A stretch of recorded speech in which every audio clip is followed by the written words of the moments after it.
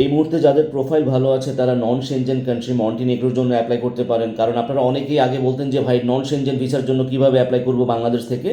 নন Shenzhen ভিসার জন্য বাংলাদেশ থেকে এখন এই প্রথম মন্টিনেগ্রো ভিসা সার্ভিস চালু করেছে, এবং ভিসার রেশিও ভালো হবে এই মুহূর্তে, যেহেতু ফার্স্ট টাইম তারা এই সার্ভিসটা চালু করেছে বাংলাদেশ থেকে ভিসার জন্য।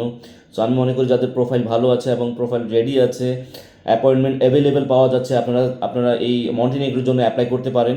আপনারা অনেকেই বলতেন আগে কিন্তু যে ভাই বাংলাদেশ থেকে নন সেনজেন কোন কোন কান্ট্রি অ্যাপ্লাই করা যেত। বাংলাদেশ থেকে নন সেনজেন শুধুমাত্র গ্রিক সাইপ্রাসের জন্য অ্যাপ্লাই করা যেত, আর অন্যান্য যেই নন সেনজেন কান্ট্রিগুলো আছে সেগুলোর জন্য ইন্ডিয়া যেতে হতো।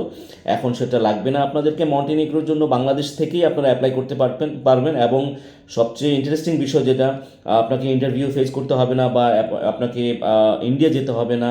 এটা যে ইউএইতে আবুধাবি থেকে তাদের যে মন্টিনেগ্রো অ্যাম্বাসি, সেখান থেকে আপনার ভিসা ডিসিশন আসবে। আপনি বাংলাদেশ থেকে সিম্পলি ভিএফএস গ্লোবালের মাধ্যমে সাবমিট করছেন, আর আপনার ভিসাটা মোটামুটি মোটামুটি 3 থেকে 4 সপ্তাহের ভিতরে, মানে 1 মাসের ভিতরে আপনার ভিসার রেজাল্টটা পাচ্ছেন।